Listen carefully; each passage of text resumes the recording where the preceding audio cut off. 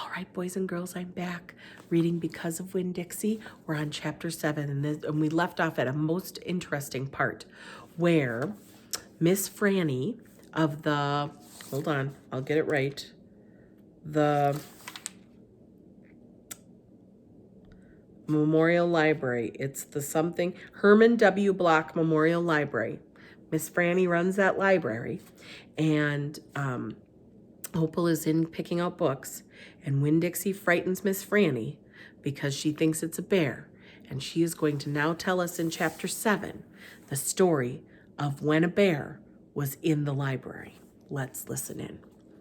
Back when Florida was wild, when it consisted of nothing but palmetto trees and mosquitoes so big they could fly away with you. Ooh, that sounds kind of like Minnesota. We have really big mosquitoes.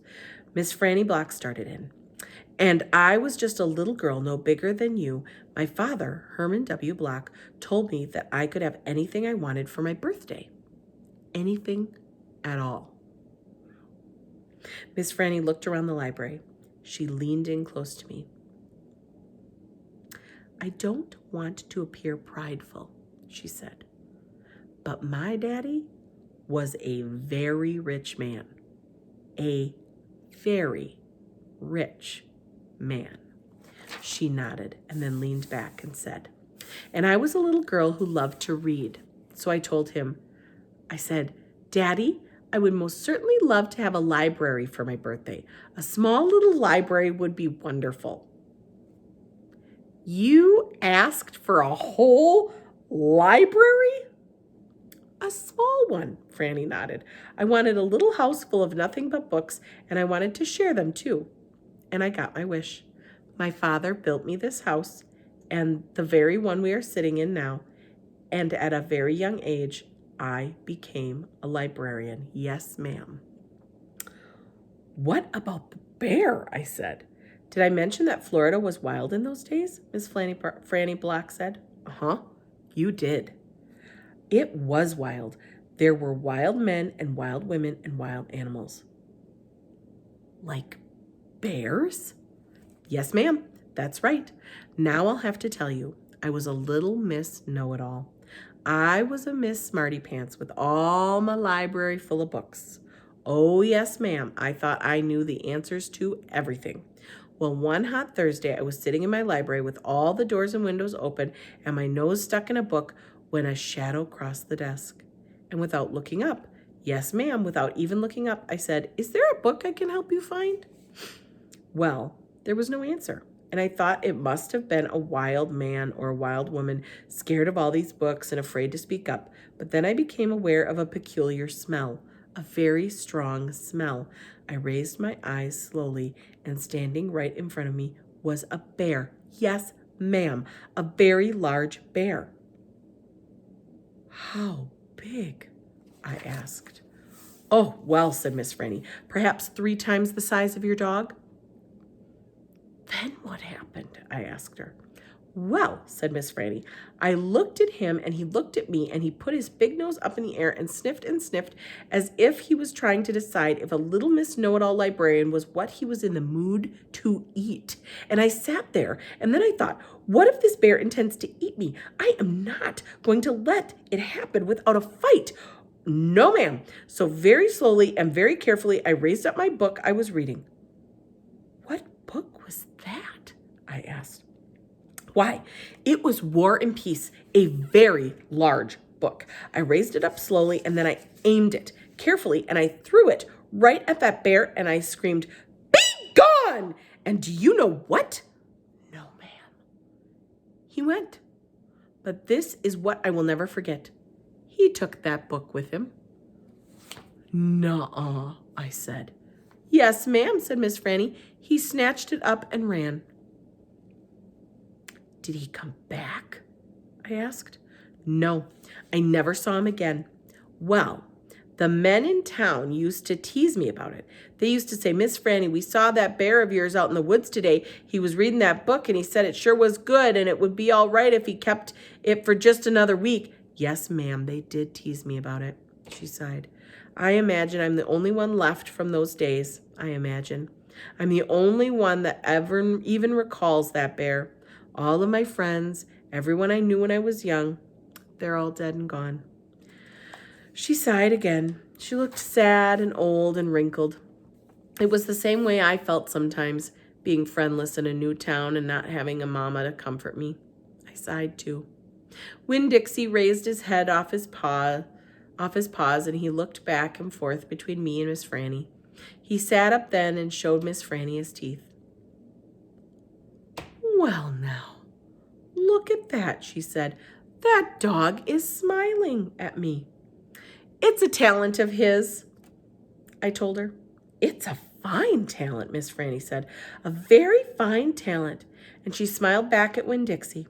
"We could be friends," I said to Miss Franny. "I mean, you and me and Winn-Dixie. We could all be friends." Miss Franny smiled even bigger. "Why, that would be grand," she said. "Just grand." And right at that minute, right when the three of us had decided to be friends, who should come marching into the Herman W. Block Memorial Library but old pinch-faced Amanda Wilkinson. She walked right up to Miss Franny's desk and said, "I finished Johnny Tremaine, and I enjoyed it very much. I would like something even more difficult to read now because I'm an advanced reader." "Yes, dear, I know," said Miss Franny. She got up out of her chair. Amanda pretended like I wasn't there. She stared right past me. "Are dogs allowed in the library?" she asked Miss Franny as they walked away. "Certain ones," said Miss Franny, "a select few." And then she turned around and winked at me. I smiled back. I had just made my first friend in Naomi, and nobody was going to mess that up for me, not even pinched-faced Amanda Wilkinson. Chapter 8. Winn-Dixie's bald spots started growing fur, and the fur that he had to begin with started looking shiny and healthy. And he didn't limp anymore, and you could tell that he was proud of looking so good, proud of not looking like a stray. I thought what he needed most was a collar and a leash. So I went in to Gertrude's Pets, where they were fish and snakes and mice and lizards and gerbils and pet supplies, and I found a real handsome red leather collar with a matching leash. Winn-Dixie was not allowed to come inside the store. There was a big sign on the door that said, "No dogs allowed." So I held the collar and the leash up to the window, and Winn-Dixie, who was standing on the other side of the window, pulled up his lip and showed me his teeth and sneezed and wagged his tail something furious. So I knew he absolutely loved that leash and collar combination. But it was very expensive. I decided to explain my situation to the man behind the counter. I said, "I don't get a big enough allowance to afford something this fancy, but I love this collar and leash, and so does my dog, and I was thinking that maybe you could set me up on an installment plan." "Installment plan?" said the man. "Gertrude!" somebody screamed in a real irritating voice. I looked around. It was a parrot. She was sitting on top of one of the fish tanks, looking right at me.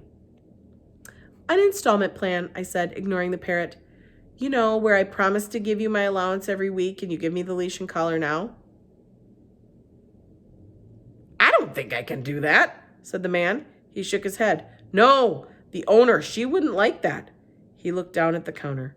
He wouldn't look at me. He had thick black hair, and it was slicked back like Elvis Presley's. He had on a name tag that said Otis. "Or I could work for you," I said. "I could come in and sweep the floors and dust the shelves and take out the trash. I could do that." I looked around Gertrude's Pets. There was sand and sunflower seed shells and big dust bunnies all over the floor. I could tell it needed to be swept. Said Otis. He looked down at the counter some more. "Gertrude!" the parrot screamed again. "I'm real trustworthy," I said.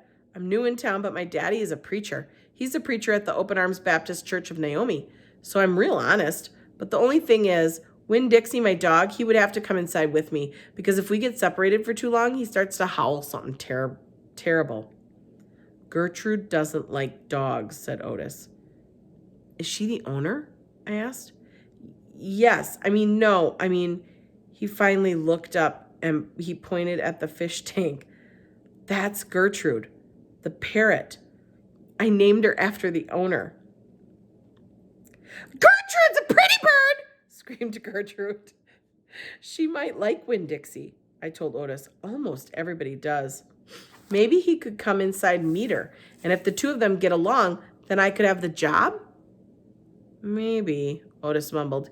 He looked down at the counter again. So I went to open the door, and Winn-Dixie came trotting inside the store. Dog! Gertrude screamed. I know it, Otis told her, and then Gertrude got real quiet. She sat on top of the fish tank and cocked her head from one side to the other, looking at Winn-Dixie. And Winn-Dixie stood and stared back at her. He didn't hardly move. He didn't wag his tail. He didn't smile. He didn't sneeze. He just stared at Gertrude, and she stared at him. And then she spread her wings out really far and flew and landed on top of Winn-Dixie's head. Dog! She croaked. Winn-Dixie wagged his tail just a tiny bit. And Otis said, You can start on Monday. Thank you, I told him. You won't be sorry. On the way out of Gertrude's Pets, I said to Winn-Dixie, You are better at making friends than anybody I have ever known. I bet if my mama knew you, she would think you were the best dog ever. Winn-Dixie was smiling up at me, and I was smiling down at him. And so neither one of us was looking where we were going, and we almost bumped right into Sweetie Pie Thomas. She was standing there, sucking on the knuckle of her third finger, staring into the window of Gertrude's Pets. She took her finger out of her mouth and looked at me. Her eyes were all big and round. Was that bird sitting on the dog's head? She asked. She had her hair tied up in a ponytail with a pink ribbon. But it wasn't much of a ponytail. It was mostly ribbon and a few strands of hair. Yes, I told her. I seen it, she said. She nodded her head and put her knuckle back in her mouth. Then she took it out again real quick. I seen that dog in church, too. He was catching a mouse. I want a dog just like it, but my mama won't let me get no dog. She says if I'm real good, I might get to buy me a goldfish or one of them gerbils. That's what she says. Can I pet your dog? Sure, I told her. Sweetie Pie stroked Winn-Dixie's head so long and serious that his eyes drooped half closed and drool came out of the side of his mouth. I'm going to be 6 years old in September. I got to stop sucking on my knuckle once I'm 6, said Sweetie Pie. I'm having a party. Do you want to come to my party? The theme is pink. Sure, I told her. Can this dog come? She asked. You bet, I told her. All of a sudden, I felt happy. I had a dog, I had a job, I had Miss Franny Block for a friend, and I had my first invitation to a party in Naomi. It didn't matter that it came from a 5-year-old and the party wasn't until September. I didn't feel so lonely anymore. We'll wait on Chapter 9, boys and girls. Until then, good night.